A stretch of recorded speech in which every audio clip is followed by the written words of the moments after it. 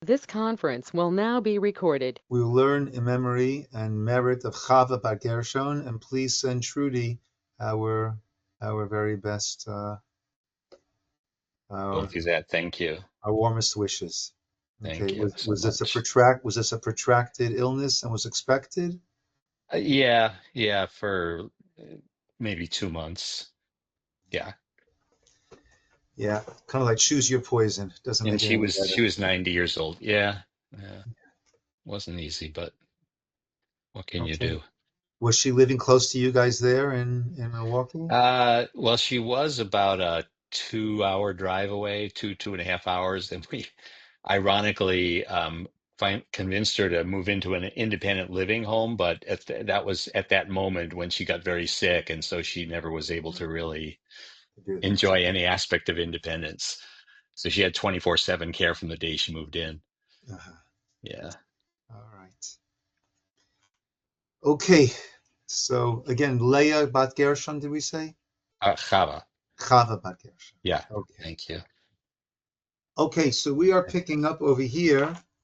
In Safaria, we are 5582, I believe. That makes sense? Good. And we are discussing the different convincings, the different lurings that the Yetzer Hara does to try to get someone to become diverted off track. So he says as follows: Kasher yityaesh ha'adam hayetz mipatotcha min hapanim ela. Once he gives up hope on trying to convince you that which we discussed last time we learned, yishtadel lefatotcha b'anachat hachonef. Now his approach will be that you've got to distance yourself from any praise, because any praise that anyone gives you, so that's going to first of all be some of your reward, and you'll end up doing it in order to get their praise instead of doing it for the right reasons. So therefore you've got to live your life in a way that no one knows all the good that you are doing. And that way, no one will be praising you, and it won't go to your head, and you won't be doing it for the praise, and all your service will be purely for the sake of God. Now, as always, whenever there's an argument, there is a kernel of truth in there, but it's being distorted, and we'll see. B'yom elchan, I'll say to you, Lo yitachein shiti avotcha lekel b'leiv shalem gemura.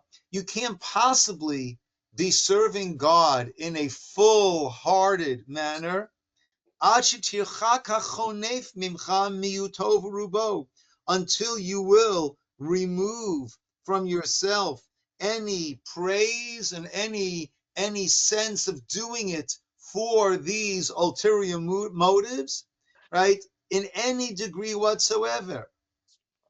And that can only be done. No one should know all the good things that you do. No one should know that you are serving Hashem. On the contrary, uvaharot hefech, ma sheyish b'libcha lahem. Let them see the opposite of what's really in your heart. Meaning, kasher titpalel, when it comes time for davening, katser, do a hatchet job, do a rush job, right? Come late, leave early, rush through it. So no one should think that, no one's going to say, oh, wow, that person's really davening so nicely to God. Because once that happens, you're doing it with that praise in mind. And let them not see any willingness, any eagerness in your davening. Below hishtadlut, let them not see you putting any effort into it. If you're going to be learning any wisdom, any Torah, do it locked up in your study, right? If anyone says, what are you doing? Say, I'm watching movies, right? I'm not learning. I'm busy watching. I'm stuck on YouTube. I can't get off of this thing, right? Let them think that's what's happening. Val yeda b'zeh zulati habore. No one should know about this besides the Creator. Now, there is some truth to this. We'll see. There are times that it's good that you do something and no one knows. It's like God knows that you've done this and no one else needs to know. And we often are tempted to share, oh, this and this happened, this is what I did. But if it's not going to make any difference at all, then really, why is it that I want to share that? Because I want you to know that I'm a good guy. I want people to know that I'm doing these nice mitzvot. Unnecessary. Because you're not doing it for them to know and for them to praise you. You're doing it because it's the right thing to do. That's what Hashem wants of us. Because it's the least we can do with all of the blessings that Hashem has showered down upon us. But this is taking it to a very, very unhealthy point.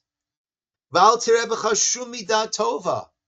Let people not see you acting with any of the good midot. Midot are the character attributes, right? So don't let them think you're a nice guy, you're a patient person, you're a kind person, you're a caring person.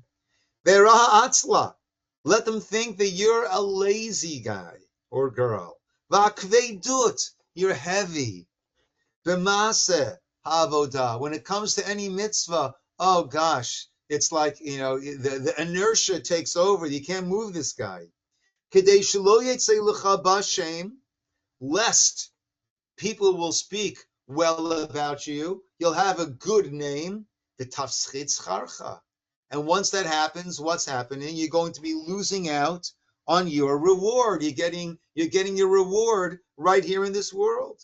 Don't direct people to do good things, things that are good, and warn people min hara from doing things that are bad. Don't let anyone know your wisdom. Don't teach it to anyone, heaven forbid. If you do that, they'll think you're smart, they'll think you're knowledgeable, and they'll praise you. Don't act in a way that shows that you have a reverence and awe for God and awe for the heavens. Below ot meotot avodah, or any aspect of serving Hashem.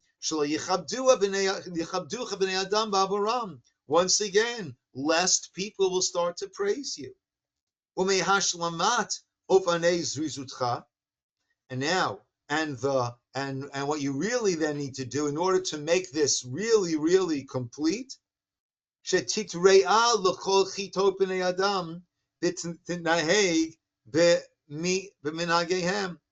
be friendly, right?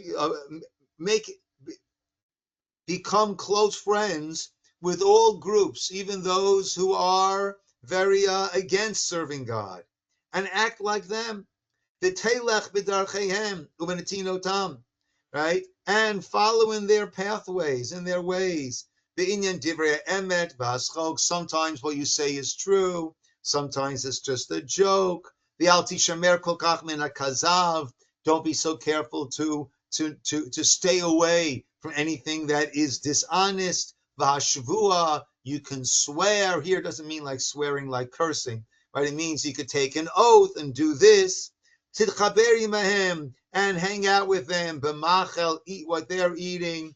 Uvemishta, drink what they're drinking. Uvechido, telling stories, telling riddles. Umotei dvarim, and just shooting the breeze, just spending time just talking without there being any purpose to it. V'rov haschok, and a lot of laughter, a lot of making fun. Uledaber bahem liskor genusam. And you might as well throw in some good lashon hara also, lest people will think that you're careful about how you speak about others. The chol asher yarchik mimcha shem aprishut ba'olam hazeh etzal mashav. Do anything and everything that you can do that people will not be praising you, that people will not think that you are this servant of God, this God-fearing, God-serving person, lest they'll be praising you. You're getting your reward in this world, and you're doing it for these ulterior motives. Now, when we did our Beth Jacob Israel Poland trip, so we visited the grave, someone buried, I believe, right next to the Ramah, if I remember correctly, but he was known as the Holy Miser. So this is an approach that we have people, right? This is not just a story. Actually, I visited the grave of this person, and it said on the gravestone, the Holy Miser. What was the Holy Miser? It was a very, very wealthy person in a certain town in Europe. I forget where it was. But this guy would refuse to give any tzedakah. It's crazy. He was as wealthy as could be, and people would come to him, and they pour out their heart to him, and he was so cold-hearted, he would listen to their story, take notes, listen, and they thought, oh, finally, he's really, right, he's going to help out. And then he'd send them away empty-handed. And when he walked in the streets, the kids would throw pebbles at him, calling him a miser, a miser. And the Chevra Kadisha, when he was nearing his end, the Chevra Kadisha came to him, right? The Chevra Kadisha, those who do the burial. And they said, listen, you can't take it with you to the grave. Now there are so many institutions here that need tzedakah, so many individuals. Give the tzedakah. And he refused. And they said, we're not going to bury you. And he refused. And he passed away, and the Rav ruled that they have to bury him, but they buried him in a very, very off to the side, in a neglected area of the cemetery. The next day, or within the next few days, the baker comes to the Rav and says, I can't feed all these people who are coming to me for food. Well, what did you do until now? Like, what changed? He said, every Thursday there would be an envelope under my door with money. And that's what I used to make sure I had enough bread for all the poor people. And the baker, and the grocer, and the butcher. And everyone's coming, knocking on the door of the Rav saying, we can't do this. Right? The money that was coming to us somehow every week is no longer coming to us.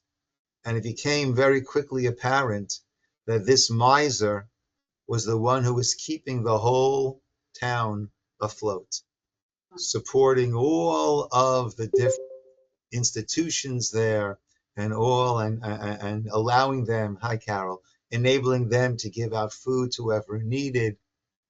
And the Rav said, right, we have to have now a proper funeral, and they had him buried in the most dignified, honored area of the Beis Hakvaros. So that's the story of I think it's Yankala or Yosela. Yosela, the holy miser. Google it or ask ChatGPT, we'll get all the details. Right? But that's not right. So that was a person who did this, right? But that's not the way to go. That's not the way to go. That's what he chose to do, but that's not the way that we go. And therefore, ve'im tishmalo. So he continues. Where are we? We are 87. 87, Carol. If you're with us on Safaria, should I give you the link for Safaria? Have you got it, Carol? You're good? Okay. Ve'im tishmalo b'zeh. If you will listen to him about this, not going to work well. Tishalel mimcha emunatcha v'lo targish. Very interesting what he says here. He doesn't say you'll stop doing any good deeds. Not only will that happen, because when you go to daven, you've got to look like you're bored, and you have to look like and you have to rush. But he says Tishalel kama mincha emunatcha. Even your belief in God, your faith in God, is also going to fall apart. Because we have a concept that Adam nif'al kafi pu'ulotav. A person is acted upon by one's actions. And if we act a certain way, we'll start to feel a certain way, and we'll start to believe a certain way, right? And the example they give, if you make a person a kind person and you force him to be an executioner, he's going to become a much less caring, sensitive person. And if you take a not nice person and you have him give out lollipops to kids on Shabbos, then he'll become a nice person, even a not nice person. That can happen to them, right? If you do good things, then you'll become good, right? There was the famous, I forgot which university, it was a famous study. It's a classic. I think in the 60s, I think it was the Stanford experiment, where they were studying about fascism, about Nazism, and they were saying, how could that possibly happen? How could people do that, regular people? And he divided the class. Some of them became the prison guards, others became the inmates, and actually it was a whole set up, and there was actually a prison, and there were uniforms, and they found that very quickly the students that were the guards were acting in a very, very harsh, cruel manner, and the students that were the prisoners were acting in a very unhealthy, submissive manner, and they had to stop the study in the middle. It was getting dangerous, and that is this concept that we have of Adam Nifal Kafi Pu'ulosav. See here, a person is acted upon by their actions. So he says, not only will this affect your actions, this will also affect your emunah, your faith. Vim tashiv alav, and you'll respond to him. Kvar azarta lo'oivai, yastani have oivai, right? That your advice, right? Just one second. Right? You say that you're coming to help me, right? To overcome my enemy. In fact, you're doing the opposite. V'hilachamcha bi v'hitchachmecha li laharos kochi u'maher mapalasi. Right? And what you're actually doing is destroying my strength, and you are hastening my downfall.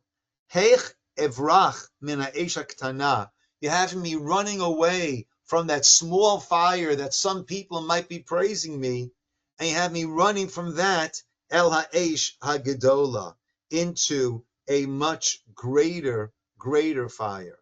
V'ani lo barachtem me'avat Hashem v'kavod el shlo lizdayen livnei adam. Right? You had me running away, right, from finding favor in people's eyes in order that I'll serve Hashem. And now what you're having me do is the opposite. Now I'm going to get praised by them for not serving Hashem. So it's not going to accomplish anything. So what is then that proper road? Ach, that which is proper, to do it in a quiet manner, a non-publicized manner. Hukol ma sheyushlam v'yugmar mibli dat b'nei adam bo. Whatever I can do in a complete, full manner, without people knowing about it, so then, yeah, that I should try to do it in a way that no one needs to know. No one needs to know. And that way I could measure myself that I'm doing this for Hashem. And even to sometimes say to myself, God, this one's for you. No one else needs to know about it. I'm doing this only out of my service, my love, my appreciation for you. Aval otan mitzvot, but those mitzvot she'einenu yachol lekayem beino levein atzmo, which cannot be done in a private manner without anyone else being aware of it. Kigon, for example, litpalel b'tzibur, to daven with the minyan, to come to shul and daven with others. Ulitzavod livnei adam, and to guide people, lasot tov, to do good. Ulahazir, and to warn them, to encourage them not to do anything that's ra. Velilmo Torah, and to study Torah, and to teach Torah. Velasot chesed, and to do acts of kindness.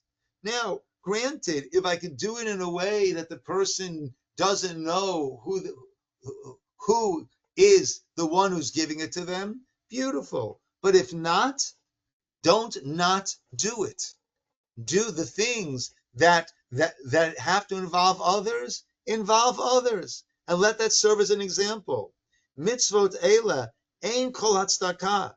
These type of mitzvot, there is no justification lahazniach, to cast it aside, vilintosh, and to absolve oneself from doing it, biglal chashel tzviyut, because maybe I'll become a hypocrite. Maybe I'm doing it because what other people are thinking.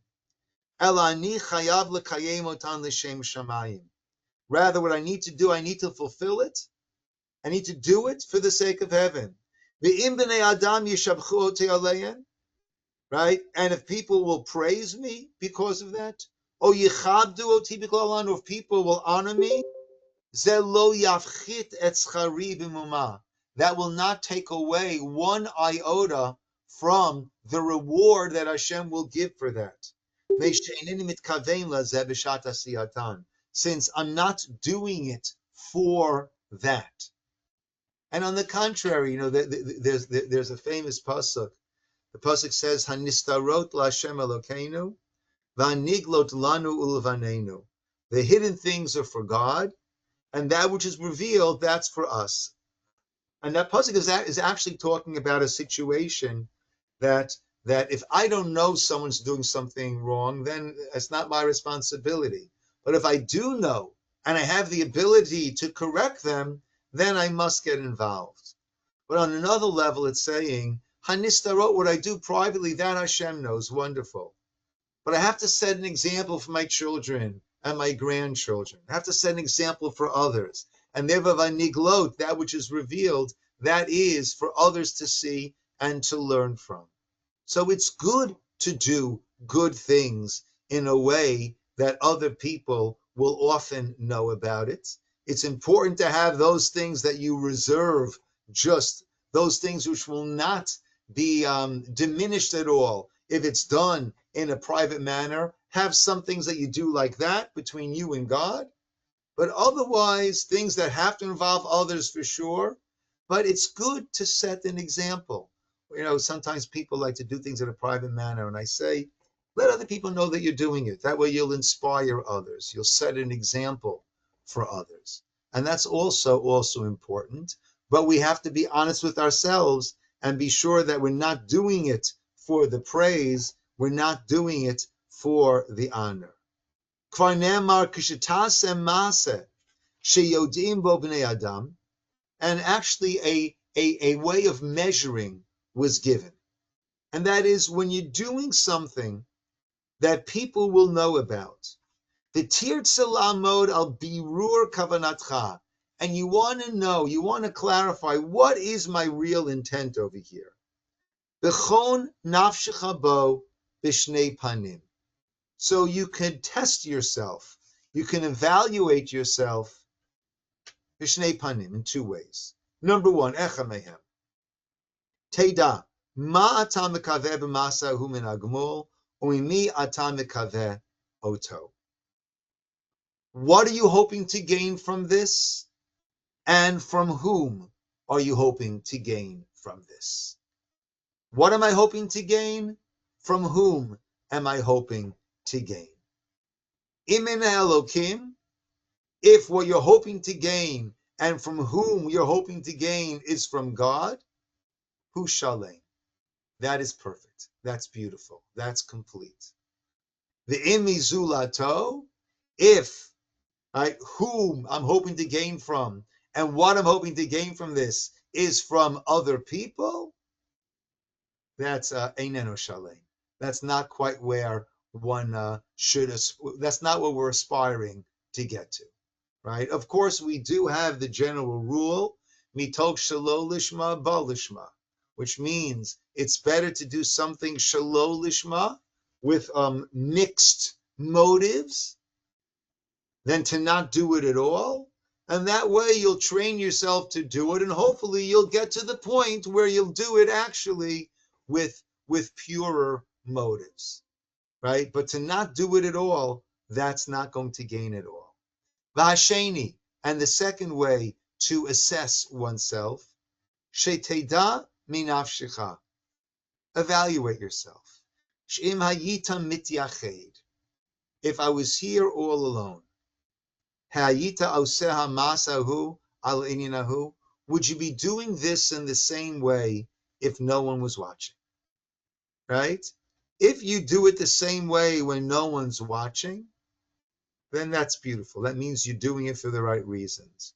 If you wouldn't do it with that same energy, that same zest when someone's watching, that means that there are some other motives, some other ideas mixed in over there.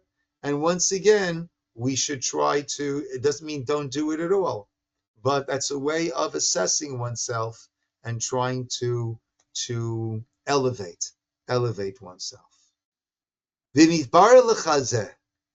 If it's clear to you that I would do this the same way with no one watching, Ma'asecha shalem le'elokim, and that your actions are full with God, harbe mimenu, then do even more, do a lot of that. V'miyeh pachot mizeh, and if you see that you wouldn't be doing it quite in the same way if no one else was around, hanicheyu ad sheyizdakech libcha lishamayim. Interesting. See, he says, then put it aside, right? Until you have purified your heart.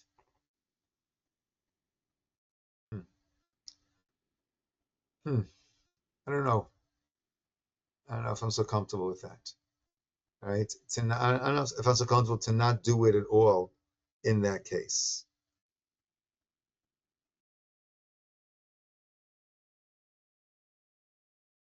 Okay. Maybe I'm more comfortable saying, so hit the pause button, and gather your thoughts, gather your concentration, gather your focus, and then, right, to get to the point where I'm not doing this for anyone that's watching me, and then go ahead and do it. But again, I think we more often would like to apply the doctrine mitoch shelo lishma ba lishma. Better to do something without it being fully for the sake of heaven, and then from there, hopefully, we'll get there, right? But not to drop it. Az yinagef hayetzer, right? And that will be a way to break this yetzer, right? So what he's saying is true. What the Yetzer Hara, the evil inclination, is saying is true. You don't want to do it because people will praise you. You don't want to do it, right, because you'll gain from that, right? You don't want to do it for that.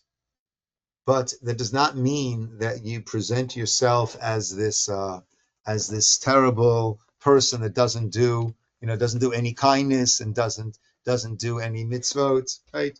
What you can do in a private, secluded manner without it affecting it, do that. What must be done around others, do it around others, and try your best to focus that I'm not doing it for their praise. I'm doing it for the overwhelming sense of debt, right?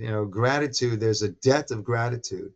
The overwhelming sense of debt that I feel to God for having given me so much, and there's nothing more that I want to do than to try to repay, right? In whatever way, to whatever degree I can.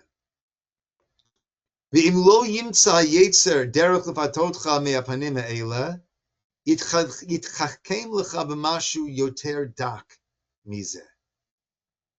Okay, so then he'll try a more nuanced approach.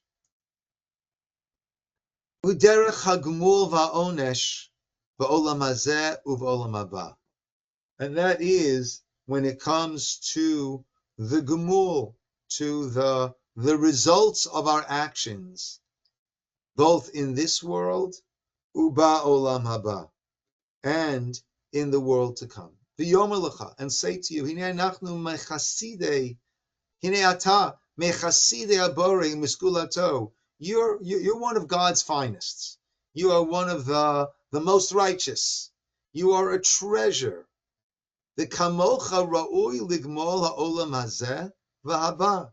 And someone like you, right? You deserve to have reward in this world and in the next world.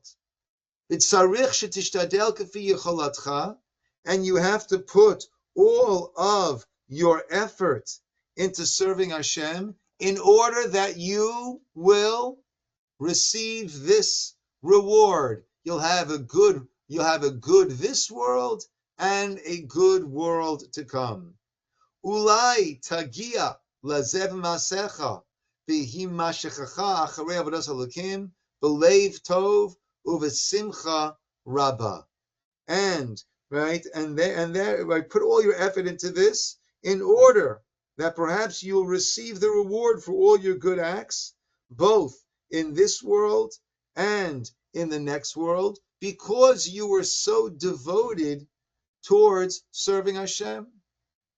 The shavei hagemul neged einecha, and you should picture, envision this reward before your eyes. Vishtadel b'chol yicholatcha la'agi alav, and try with all your effort to get to this reward. Ki hi tachlit ashrecha v'simchatcha. This is the epitome of wealth, the epitome of happiness, like King David said, Kamosh Amar David, or Zarua Latzadik. There is this light that is set aside for the righteous, Uli Yishrei Leiv Simcha. And for those who have a straight heart, there is simcha, there is rejoicing. So therefore, you want to be doing it in order to receive that. Im tishma elav, and if you listen to him, v'tismoch al dvarav, and rely on him, yapilcha b'min minei hashituf ha-nistar. Right? That's going to put you into a type of idolatry that is known as the shituf hanistar. Shituf means a partnership. Nistar means a concealed partnership. Why? What's this concealed partnership? Well, on the surface, it looks like you're serving Hashem, right? But there's a partner there. Who are you really serving? Yourself, right? That is this idolatry of sorts, right? You're serving God, but there's this hidden partnership that you are serving yourself to get the reward, or like the previous approach, you're serving people in order to get the praise and the honor, right? Or yourself in order to get reward. And that is not the approach that we're supposed to be having. We don't want to have this shituf hanistar, this concealed partnership. V'hu shesamta navdacha l'nafshecha. You've made yourself into the object of your service. Mimasha tamishtadel b'masha timashech bo hanaat atzmecha v'simchatcha. You're doing it for your own benefit, your own pleasure, your own happiness. V'titche bo me'eleha hada'agot v'hayigonot. and you're doing it in order to push aside from yourself any of these worries and any of the hardships. And if not that you were hoping to do that, if not that you were hoping to receive that, hayita kofer. So then I'm only serving God in order to get. Right? Now, if that's the case, then I'm viewing it that we're on an even plane now. And if I do good, now God needs to give to me. But in doing so, what do we do? Remember, we had that whole Shar HaBechina, where we need to introspect and to recognize and acknowledge and appreciate all that we have. If I'm doing it in order to get reward, hayita kofer, then I'm denying betovot ha'elukim hatmidot alecha, the constant good that God is always showering down on me. And it's as if I don't owe anything to God for that. I don't do anything for that. Right? That's a given. That's mine already. That the problem is that we have this attitude, whatever we have, that's mine. We don't recognize that that is a gift every moment. I had a thought that perhaps the reason why God made us, that the way that we continue to live is with a heartbeat, right? Bum bum, bum bum, bum bum, as opposed to just like the whir of a motor that just keeps going, right? Because we incorrectly say, oh, the person's heart stopped and the person died. That's not correct. Our heart stops about 60 times a minute. The person died because it didn't start again. That's why the person died. Not that the heart stopped. The heart's always stopping, right? But then it beats again and again and again, right? In one of my classes, we had people do the math. Someone has a computer handy. Just go 60 beats a minute. 60 times 60 times 24 times 365 times, let's say 70. What do we have? Only tens of millions. Anyone get it going?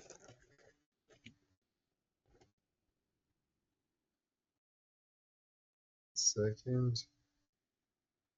Calculators there. Calculator. 60. 2.2 million? Oh, no. What do you have? I got, it was 60 by times 60 times 24 times 365 times 70, right? Yeah, 2.2 million. 2.2 million. Nice. That's how many times in 70 years our heart starts. That's how many times it starts, right? And that's the appreciation that we're supposed to feel. Appreciation you're supposed to feel is constant. And therefore, if Hashem is asking us to do things, then our attitude needs to be, oh, if someone is a great benefactor, anything you want, please. I'm itching to do something, right? I want to do something, right? Putting aside the fact that it's for our own benefit. But even putting that aside, I just want to do. So if we're doing it for the schar, for the reward, then it's like we're being kofar, we're denying the tovot ha'elukim, the goodness of God, hamat midot alecha, that's always on us. As if I'm not chayiv, I'm not obligated to serve Hashem for all that He's done for me. Im she'eincho roesh avodah ta'ot lo ludulaso v'ot michalto v'otot chachmato. Right? And it's showing that you don't believe that God deserves this service because of His greatness and His abilities and His wisdom and that which He showers down upon us individually. Uvazeh, Amr Rav Husseinu Zichron Lebracha, and about this our sages taught the famous Mishnah in Pirkei Avos, Al tiyu ka'avadim hamishamshin et harav amanat lekabel pras. Do not be like those servants who serve the master in order to receive reward. Ella rather havu kavadim mishamshin et harav shelo amanat lekabel pras. Be like those who serve not in order to receive reward. And the example I always like to give, imagine a person, you have a guest comes to your house and you prepare meals for this guest. Breakfast, you cook, you set it up, you serve, you clean up afterwards. Lunch, supper, 3 meals a day. After about a week of this, right, you have to leave one afternoon. So you tell the person, look, dinner is all set, right? It's in the microwave, and I programmed the microwave. It's going to go on for you. It'll be piping hot for you at 6 o'clock. Right? Take it out of. Right? Enjoy your meal. Just do me a favor. Don't wash the dishes. Just put the dishes into the sink when you finish, and put in some water so I can wash them more easy when I get home. And the person says, sure. How much are you going to pay me for that? Right? So you say that's disgusting. Right? Are you kidding me? Right? So that's what it's like if we are serving Hashem in order to receive reward. Hashem has given us everything. The Gemara says, right? I put up a mezuzah. Hashem says, great. Who gave you a house? Right? I put on tefillin. Wonderful. Who gave you an arm? Right? For all these things, anything that we do is not coming close to what we owe Hashem for all the blessings that we have. So to do it in order to receive more and more and more, that would certainly not be the way to go. Okay, what are we up to, my friends? 5 what? Didn't hear, Kathy. 92, 5592. 5592. And what page are you on over there? 525. Page 525. Good. And I'm on Beth Kasher Yit Yaesh. The next thing he's going to tackle is one of the classic paradoxes in Judaism, which is God's knowledge and our free will. How does God's knowledge not take away from our free will? God knows exactly what's going to happen. So do I really have free will or not? That's one of the paradoxes that the Rambam brings and the Sefer Ikarim deals with. Everyone deals with that. And we'll see his take on that. We'll see that next week. Okay, my friends, good. Call it over here. Those who can make it tomorrow morning, 9:30, we have our Parsha and pastries. Okay. A good evening, everybody. Good to be back with everybody. Thank you, Rabbi. Good night. Okay, and please send our very best to your wife, please. Thank you. I will. Appreciate it. All right. Take care. Good night.